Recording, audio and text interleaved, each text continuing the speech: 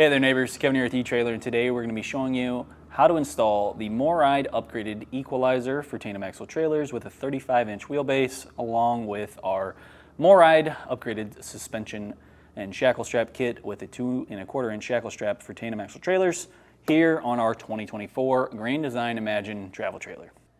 If you own a stock trailer, you're probably noticing just how uncomfortable the ride quality is when you are going from point A to point B, and just the physical toll that it takes on you from all of that chucking and just vibration that you're kind of having to white knuckle it at the wheel, and just doesn't make for a pleasant trip when you're going probably a pretty long distance. Typically in most cases it's going to be a few hours. So in my case, I don't want to feel that way. I want to feel energized, excited when I get to my campsite, so that way I can really enjoy the outdoors. The best way to make sure that you can enjoy that on your trips is to first upgrade your suspension. So what we've done here today is the MORryde CRE 3000, which is going to give us a cushioned equalizer here. So now we're not just there with that hunk of metal just kind of shifting that weight back and forth. Now we actually have something to take up that road shock, take up the travel that we're going to have as our suspension comes up and down, because now it's going to be hitting up against that rubber shock that's inside of there and making it a whole lot more of a comfortable ride quality. Now, along with that, it's always best to also swap out your shackle straps, swap over to the MORryde wet bolt kit, so that way you can keep everything nice and lubricated and functioning properly. And as long as you go ahead and do that routine maintenance, this should last for longer than the life of the trailer. All right, so I wanted to give you guys a little bit of a breakdown and show you exactly what each component kind of does and why you should replace it. So starting off with our equalizer, obviously with the standard one, you got zero shock absorption. So all this guy's doing right now is just teetering back and forth to just kind of share that load between the two axles. When you go over a bump, maybe when you hit it with that first axle, it's going to want to push that force back onto the other axle, and it kind of goes back and forth, shifting that weight, so that way it's properly balanced for your trailer. Now, like I said, there's no shock absorption, there is no travel with this, there's nothing to really kind of help you out and minimize that discomfort while you're towing your trailer. Whereas with our new CRE 3000, we have a couple of different things here that are going to make this a much more comfortable ride quality.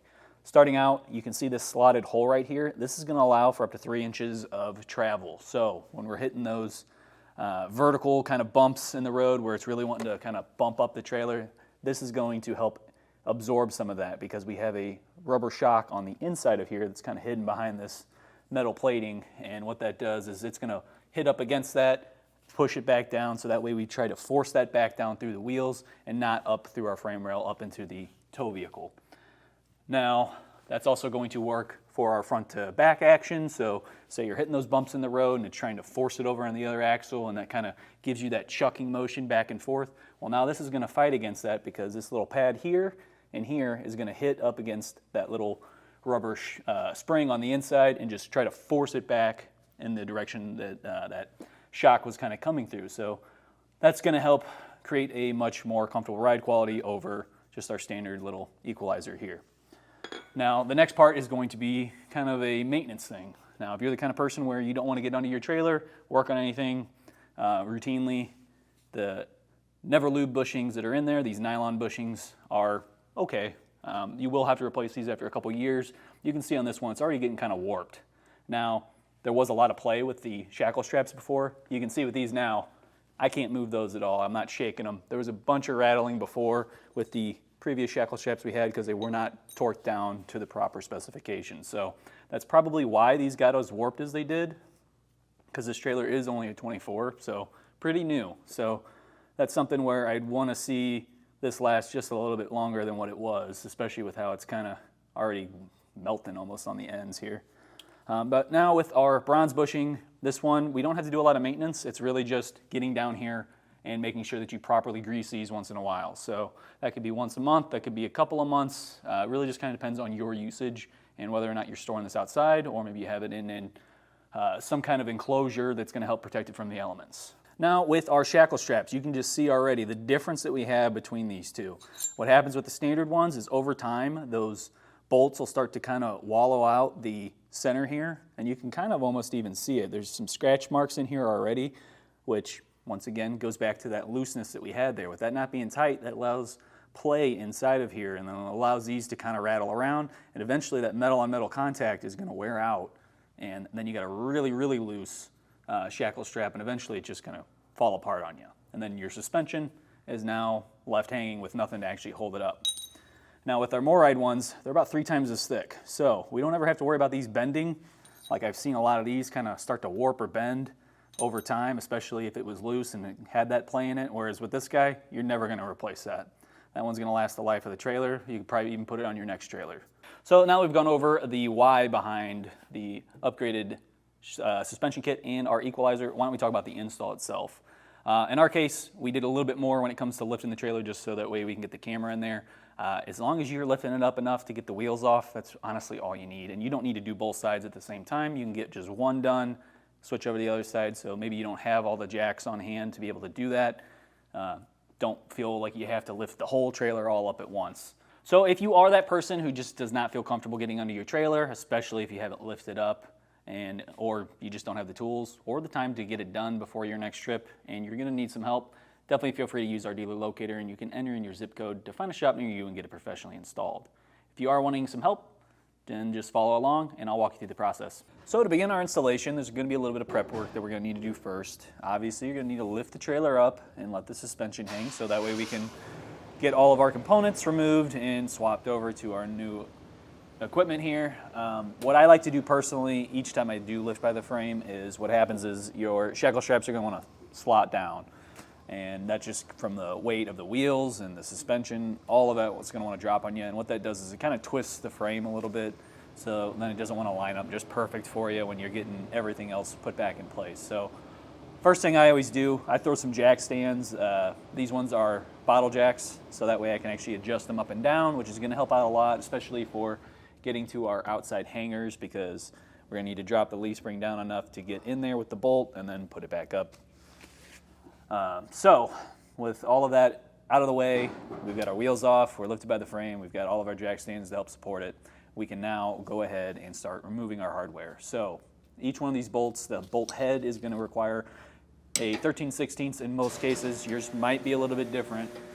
And then on the nut side, it's going to be an 11/16. So should probably be the same for you. I've run into a couple of instances where it's slightly different, maybe just a little bit larger. But what I'm going to do is I'm going to knock out the nut on the back of our hanger bolts, and then also on our shackle straps. So we're going to have 1, 2, 3, 4, 5, 6, 7 nuts we're going to pop off. And while we're doing that, we want to make sure that we have our 13/16 wrench on the bolt head side. Not as important on the shackle straps, but we don't want those bolts to really spin. We want those to stay nice and straight inside of there, because there's little splines that I'll show you in just a bit and explain a little bit more. But let's get in here, we'll get these nuts off and get moving forward.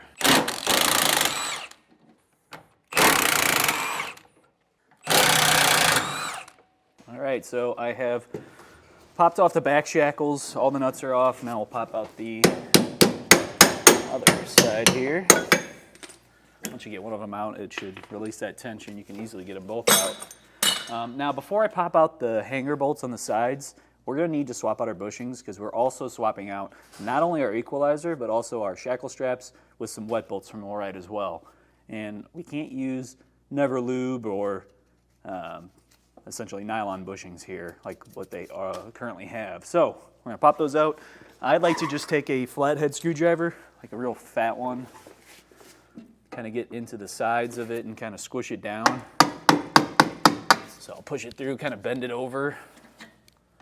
And then I'll usually give you enough surface area where you can kind of hit both sides. Just push the whole bushing out. Now with our new one, we're just going to pull that from the shackle strap kit that we have. So on our bolts, every one for our suspension is going to have these splines on it, like you see on this new bolt here that we're going to be putting in. The difference here is I've gone ahead and took this over to our grinder, ground it down, so that way when I go to hammer in the bushings, I don't have to hammer on the bushing itself. I can hammer on this instead, and I don't have to worry about those teeth kind of biting in and making any marks on our bushing at all. So I always try to save a bolt and grind those out. Be making your life a whole lot easier if you do the same. And then just simply tap it on in, pop the bolt back out, and our bushing is in place. So I'm going to repeat that for this side. once we get our two hanger bolts out, then we're going to do the same thing with those, swap those bushings out as well. All right, now I'm ready to hammer out those hanger bolts. Now, one thing to keep in mind, if you didn't put jack stands under your axles, you're going to have nothing to help hold this up once those hangers are removed. So make sure you have some kind of jack stand or something under the axle. And I'm just going to take my hammer. I've also got a punch here just in case. Sometimes, not so much for our Equalizer, but on the hangers side, we're going to have a little bit of a pinch, and we can just pop that out with the punch.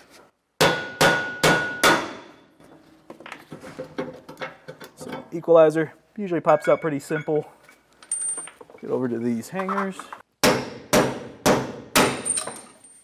Sometimes you luck out and it just pops right out. So right now I'm about to lower this axle just a bit, so that way I can get to this bushing. Once again, taking our flathead, pop this bushing out. Grab our new one and our cut-up bolt.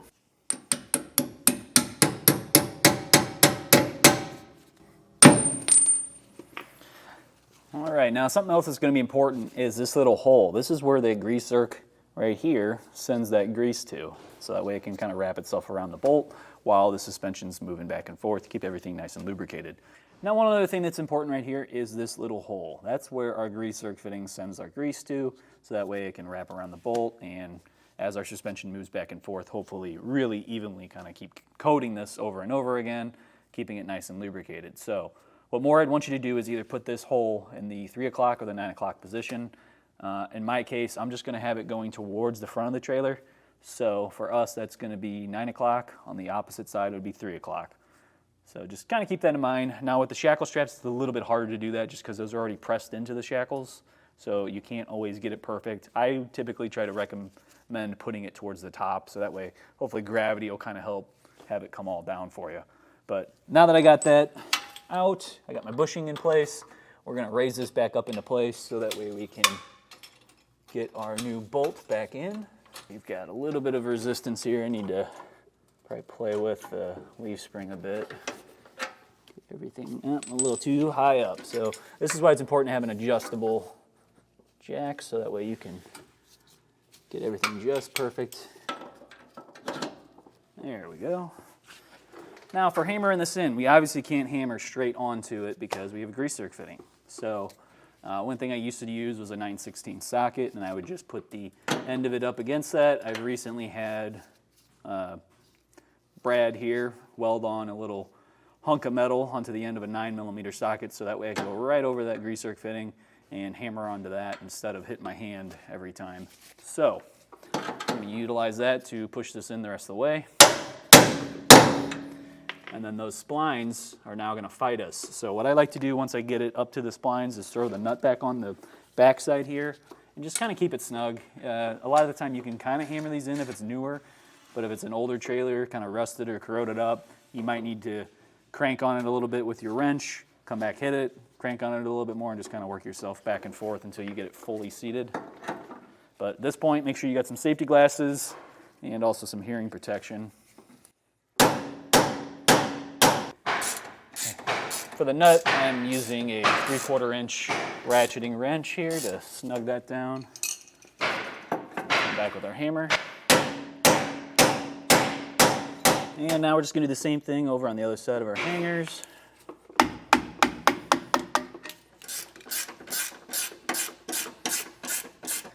So next we can get our hanger in place. So same thing, get your bolt, make sure that you got the grease zerk fitting hole facing the correct way. And then the other thing with this is, since this already has bronze bushings, we can pop those off on our shackle straps, sorry, because this is going to match right on up in there, and then we've already put new bushings on our leaf springs. So we can set these aside. I'd hang on to them. You never know, there could be some kind of issue later on down the road. Maybe you need to replace your leaf springs. This will save you from having to buy some more bushings later on. Now it's time for our Equalizer. Since this already has all the bushings in it, we can just pop the bushings off of our center hanger bolt as well as the ones on our shackle straps, because we've already put ones into the leaf springs and we already have some in our Equalizer. Now with the bolt, Another little trick you can use is that hole that we talked about for your grease zerk. It's also going to line up with one of the grade marks that are on the face of the bolt. So you can see there's 3 little markings there saying that this is a grade 5 bolt. It's in line with this mark here, so I can use that as a visual representation when I go to put this in to make sure that I have it facing at that 3 or 9 o'clock. So with all that being said, let's get this in. Make sure you got your hearing protection. We're going to be doing some more hammering.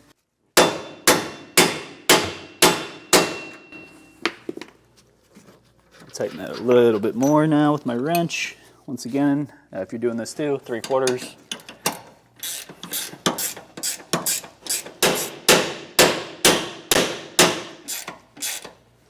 Okay, happy with where that's at. We can come back and torque it down in just a bit.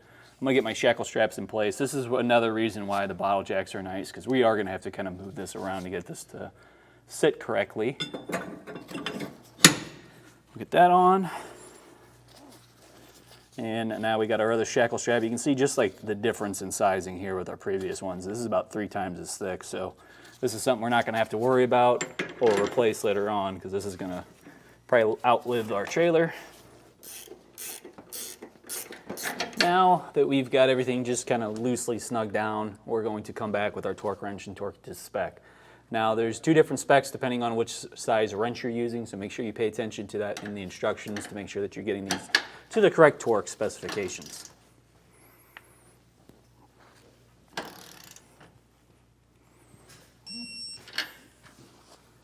And also, something I should have said before doing that, I'm using a 3/4 inch socket on the nut side and a 13/16 wrench on the bolt head side to prevent that from moving, because like I said, we don't want those splines eating the hole too big here and then having the whole bolt just kind of spin on you, because then you're replacing the hangers.